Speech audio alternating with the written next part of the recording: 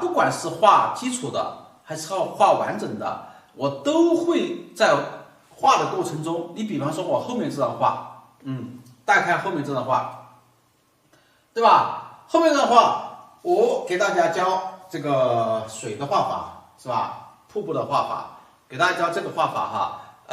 不是说是我这张画教到这里哈就结束了，我有可能添加一些东西，像今天为什么先把这张画拿出来呢？那我就在这里面加一些元素，你比如说我今天反正要教大家这个各种点景的画法，是吧？好，我就会怎么办呢？我就会给大家画一些房子啊，是吧？画一些这些像农村里啊这个篱笆呀，或者画些这些东西，画些小路这样子的话就让怎么样呢？让这张画就更加的丰富。反正这张画呢，我肯定是要把它完成的肯定是要把它完成的。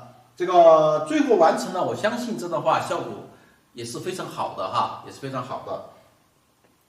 包括我们以后这个比方说我们接下来就是一些卡纸的画法一些卡纸的画法，在画的过程中，我每画一块石头你基础好的人，那你就当我在教你们完整的构图。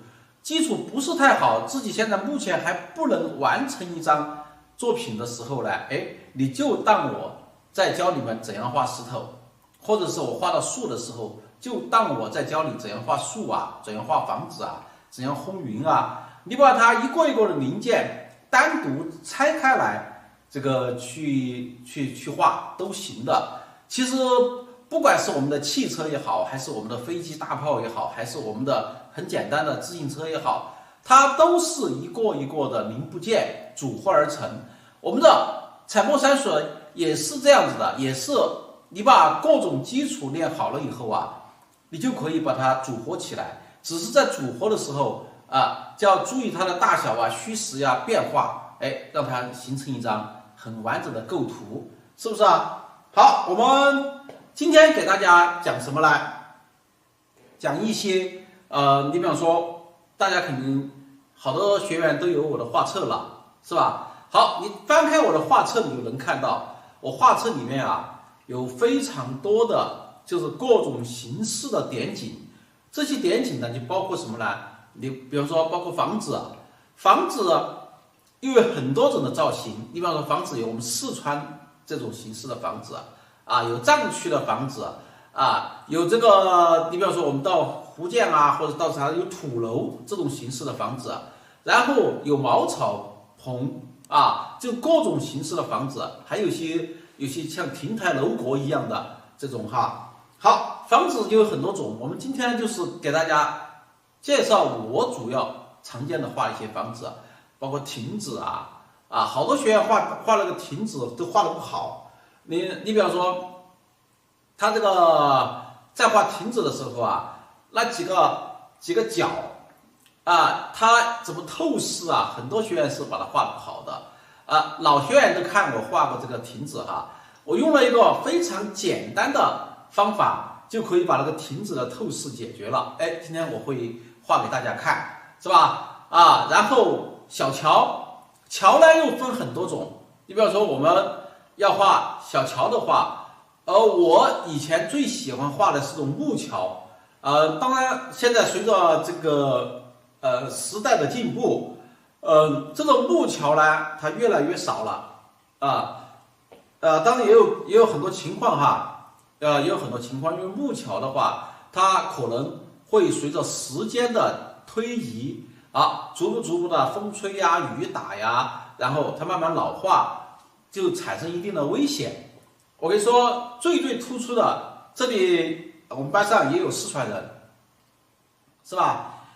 也有四川人，就只要比如在成都在都江堰这些学员的话，我相信都去过青城山，是吧？当然我说的青城山不是现在的青城山是地震前的青城山在之前很多的这些桥，包括我们之前去写生的时候都是木桥你包括有时候比方说它要上个坡，你上个坡，然后人是爬不上去的，它就很简单，给你弄个用木头啊，给你做个梯子一样的东西，哎，慢慢就爬上去了。遇到有桥了，有河流了，它就直接就地取材，哎，给用木头啊，这些呢，大家可能觉得哇，这个东西稳不稳啊？其实啊，我们有专门造这种类型的哈。我之前去的时候，我觉得非常适合这个我们画画，因为现在去修的这些桥都是非常什么钢筋水泥式的，非常牢固啊，走在上面也很踏实。但是它入画的话就没有那种木桥，所以说我一直保留下来。虽然现在已经很少了，就跟上次我们不是在这个班哈，是这个在我们提高班，我给大家画了个风帆，是吧？三峡的这个帆船这种类型的，这个就是画哈但是现在像这种都已经很少了。那个帆船的话就是靠风，靠这些现在的话，只要一打燃，都是电动的。所以说时代的进步，但是我们呢就要把以前有些很好的这个很有原生态的东西呢，通过我们的这个画面把它记录下来不是说我们落后哈，这个也是一种就是说很好的把这个历史记录下来的一种手段。好，给大家说了很多话，今天我们就是边画呢，这个还是大家因为是画房子嘛，房子也是有程序的，所以说我今天边画的时候呢，同学们可以跟着画，我也会留时间给大家跟我画一下。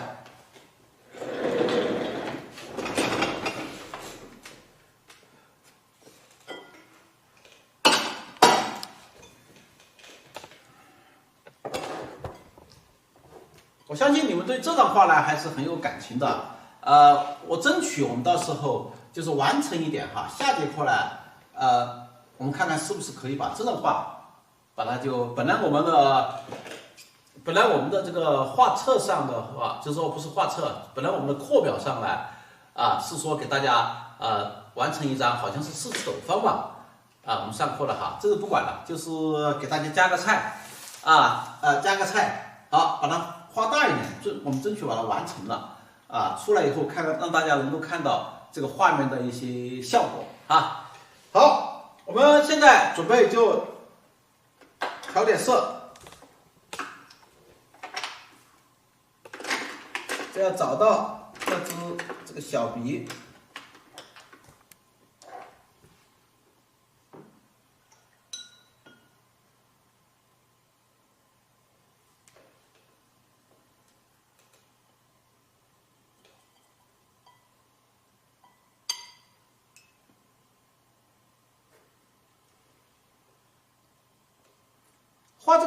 画这个就是这里要画房子哈，画的时候呢要注意，你看我都会在里面加一些颜色。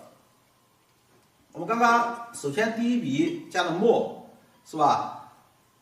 加点山绿、胭脂，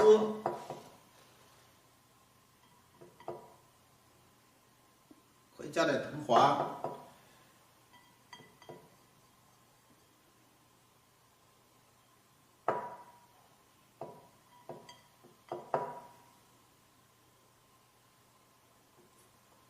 一般瓦片呢，就让它这个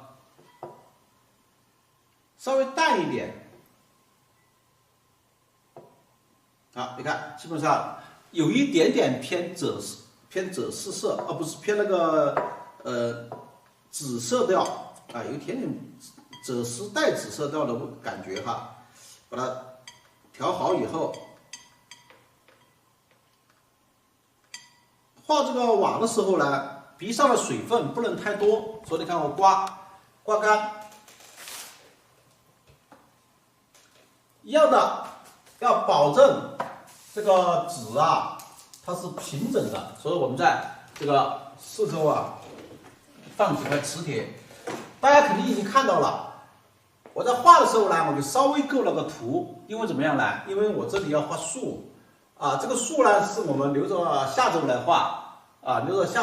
所以这里要画树，然后呢，这个地方就是房子为了让把这个树的位置留出来，我是先把这个房子呢，啊，先把树画了以后，把房子它是在树后面，因为这个树是长在前面这个山石的啊，房子呢是在后面这块石头哈。比方说我们现在画这个房子的时候呢，就要注意什么问题呢？其实，在画的时候，首先第一先画瓦面，比方说我们这里哈，画的时候。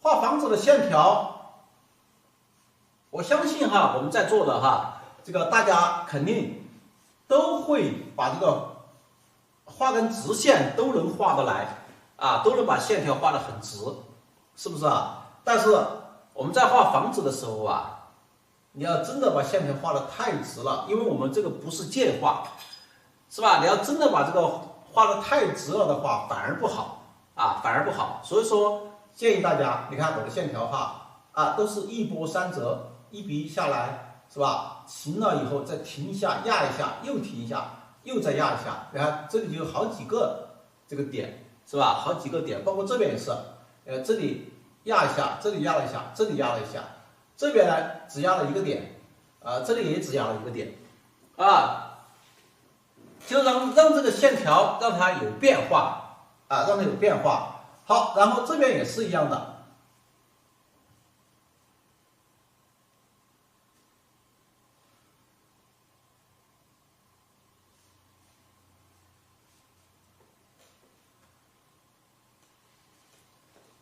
但是不管我们怎么画哈，都要注意。你看我刚刚画了这一笔以后，这个笔明显就是什么样的？大家看，它是往上的了。这个时候我要再画线条的时候，我就把这个笔转过来，啊，把这个笔转过来。让它用了风上，就千万不要还将就这样子画过去，它就画不到好的线条了。一定要每一笔都要用到风上，在画的过程中都是边画啊，有可能是一直在边在转风。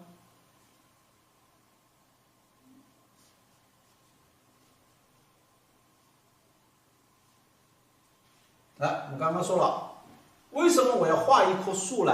我先把它构个图呢，啊，这样子的话，我就可以知道哦，这一块是树的。其实我们今天是先教大家啊，怎样去画这个房子哈，啊，所以说呢，就是啊，就把它怎么样呢？就是把它先构了一下图哈，啊，先画了房子。一般来说呢，应该是先把树画好哈，先把树画好。你看，我们把这个房子啊画到这里以后，啊，先画吧，大家可以先画一下，啊，大家可以稍微先画一下，我看你们的线条对不对哈？啊，这个应该很快。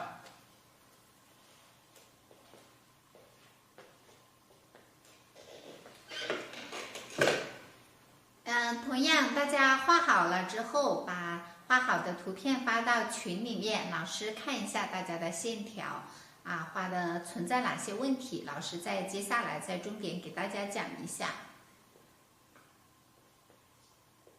哎，前面两个发出来的效果都还不错哈，大家这个形皮的线条都还可以。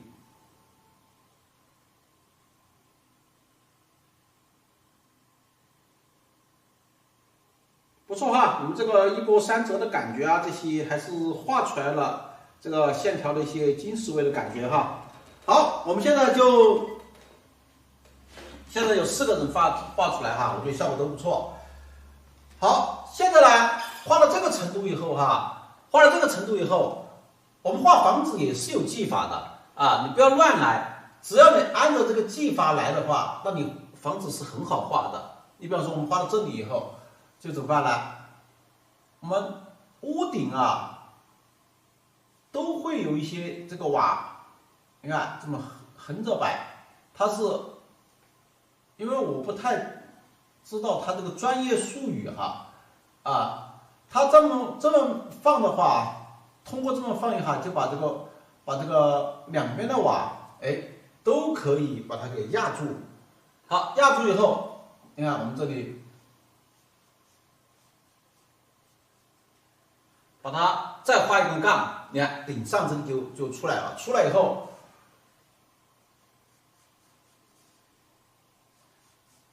你看就把这个瓦槽就画一下。画的时候也是一波三折，让它线条要有质感啊。而且在画的过程中，大家看我们这个行笔啊，有疏有密啊，有些宽有些窄，越到后面越虚啊，越到后面越虚。把这个画了以后，你看有些地方很宽，它旁边这个呢，你看一下子就很窄了，是吧？就有疏密关系啊。当然我们还是这么说了哈，叫我去当瓦匠的话，肯定我饭都吃不起啊，1分钱都挣不到，别人还打我一顿。为什么呢？按照我这种就说是弄瓦的话，那肯定是漏雨的，哈哈，肯定是漏雨的。哎，但是我们画画就不一样了。我们画画的话哈，它艺术来源于生活，要高于生活。画画呢，它讲究它一个变化啊，你不能像我们生活中一样的它都是这样子一根一根的把它画的。那个瓦片的话，它是每一皮都要把它画到，那不一定哈。你看我们在画的时候，有些画的比较这个宽，你看有些很密，是吧？哎，这个地方我说明它又很宽了。瓦片也要有疏密关系、虚实关系，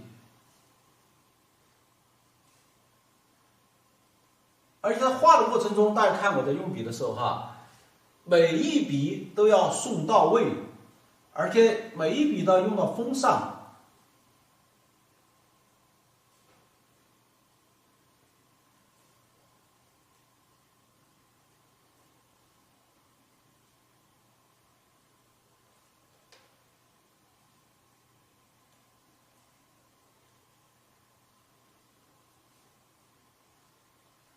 你看前面的画的比较密，把这一块画的再密一点，再往后面走的话，就要稍微虚一点了。你看这一块就是最宽的，最宽的时候我们起笔重一点，这个画瓦片都是起笔重一点，画到中间把笔拿起来，然后再压下去，它有这么一个过程，这样子画出来的瓦，它就有什么？有光照在上面的感觉。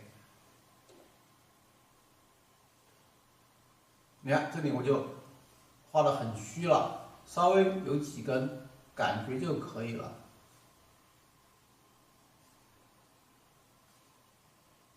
而且基本上大家看一笔没有蘸水到后面的时候呢，它就很亮，是吧？就画出来就很亮，而且你并不是感觉到后面画的很稀很这个。就是感觉到很虚的话，它就不舒服。哎，你相反你会感觉到逐步的这个过渡的感觉，而且画完以后，我们将就笔上的水分比较少了这个呢，防止擦一下把这个顶上有些地方擦一下，这个必须是要。笔上水分很少的情况下，我们再来做。大家看，我这么画下来以后，这个呢，它就显得特别的厚重了，是吧？这一块好多学员就说了，这一块是什么呢？这一块呢，它是在农村里现在这种房子也不多了，现在能保留下来还住人的，其实真的很少了在农村里，它这个就是什么啊？就是偏房主要是就是本身我造了这个房子以后我的人我的这些重要的这些都是在这个房子里在这个房子里在这个住但有时候我要喂个猪是吧？喂个羊，或者我要有柴房，我不可能把这些东西放到这个房子里，在旁边里修这么一个房子或者厕所这些。或者厕所这些，它都是就在这个房间里来解决，所以这里它就没必要还要像这样子把瓦盖上这些那个时候大家都没有多少钱，是吧？就用的是什么？反正我记得我们老家，我家里最早之前哈，虽然我们是单位上哈铁路上的，但是我们搭了个一个空房子哈，搭了个房子出来啊，用的是牛毛毡。我不知道你们有人听说过牛毛毡吗？用牛毛毡来搭的这个顶，我这里就这么画的。大家有听说过没有？或者你有用过的，我们可以在群里，可以在我们这个直播间打一个哈，知道或者有啊。好，赶快画哈啊！我们把这个瓦画出来了啊，已经有学员反映了，家里他们自己用牛毛毡搭个一个偏屋啊，或者搭一个什么这个房子。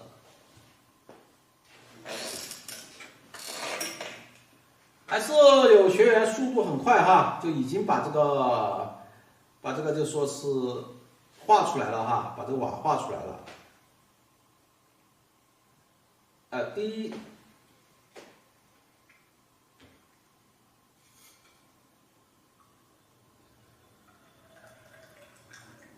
我这个四川老乡哈，他肯定是在四川待过。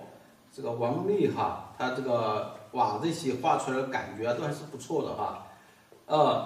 因为这个房子这个瓦片，其实我们四川非常多啊，四川非常。这个张凤秀的这个发的第一张哈，他这个瓦就没送到位，显得瓦呢，有点太平了一点，没送到位。我们在画的时候，这个线条每一笔都要把它画到位，是吧？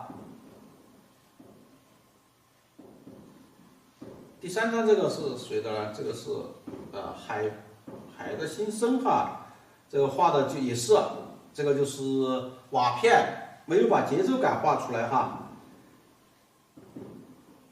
不错不错哈，后面有几张都画的很好啊，后面几张都画的不错的哈。好，我们不要耽误太多的时间啊，只要有几个人画出来以后，我大概就知道这个。你们的问题哈出到哪里哈？这个问题呢出到哪里呢？就是你看我们在画的时候哈，好多学员啊，没有掌握要领。我这里马上再画一个，再给大家认真讲一下我们画这个的要领。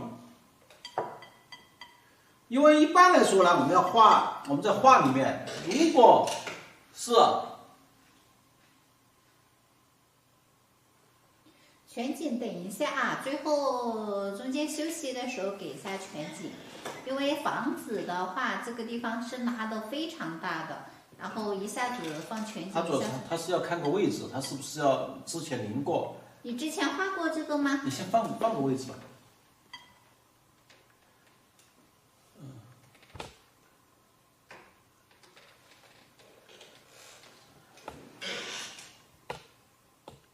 差不多哈，就这个位置哈，这个全景给了一个全景给了一个哈，就是这个位置哈。好，赶快，我们把这一块哈画了以后呢，然后我们一般来说，我们要作为一张作品的话哈，作为一张作品，你不可能就画独独的这么一个房子，是吧？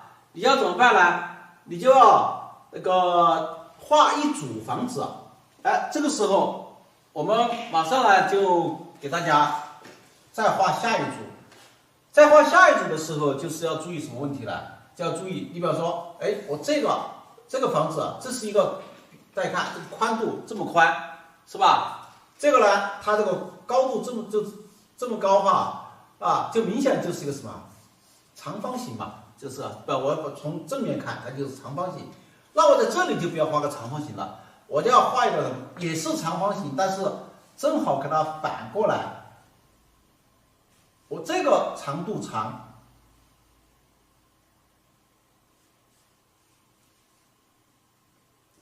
这是4尺的。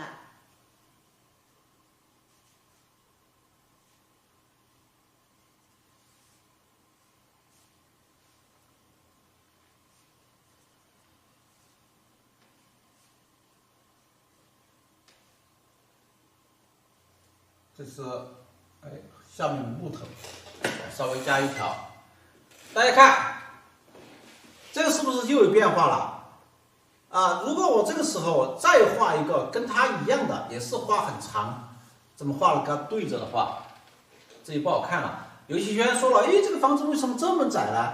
你们仔细可以去观察，你从正面看，你比如说你如果是走到这个房子的正面去看，它很长，但是你走到它的侧面，一会儿我们就甚至看到哈，甚至从它的这个正面哈，这个面来看的话，你什么瓦都看不到，你到时候只能看到一点点。我们一会儿后面就要画这个哈，画只能看到它的一个前面这一块。好，刚刚给大家说了，就是说我们的瓦画出，有些学员哈不知道瓦怎么画，大家看哈，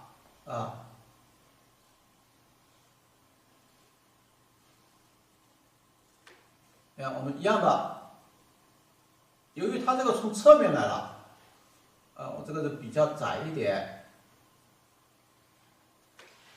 好，基本上大家看，这就几根线条就搞定了。在画瓦的时候就要注意什么问题啊？你看我这一笔压下去，啪起来，速度要快，一下子每一笔都要顺到位，而且每一笔都有那种很有弹性的那种感觉啊，很有弹性的感觉。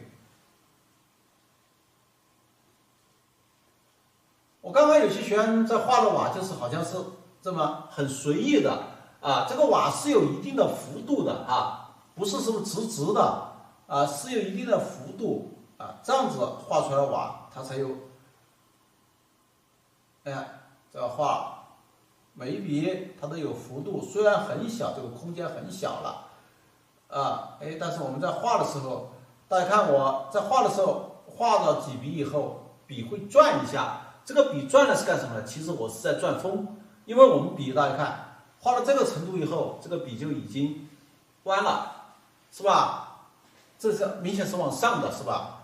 我就把它弯下来，每一笔都会画了锋上。好，画了几笔以后，大家看这个笔，它又这样子弯了，我又这么转下笔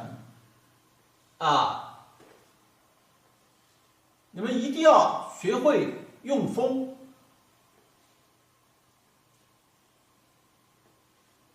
其实平常的话，如果不说的话，我在转锋的时候，大家其实都不一定会观察到。好，一样的，也是该虚的虚，把这些擦一下，主要是擦这个前面这里一点，后面这些不要管它。你看，我开始也是在这些地方擦。主要是擦这一点哈。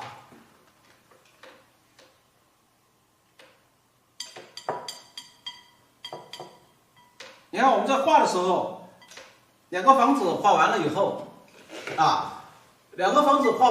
呢，你看明显感觉到它这个房子一前一后是吧？一高一矮，这种感觉就出来了。好，你们也再画一下。基本上把这个画了以后呢，然后一会儿我就直接画了，因为动作都是一个动作都是一个动作。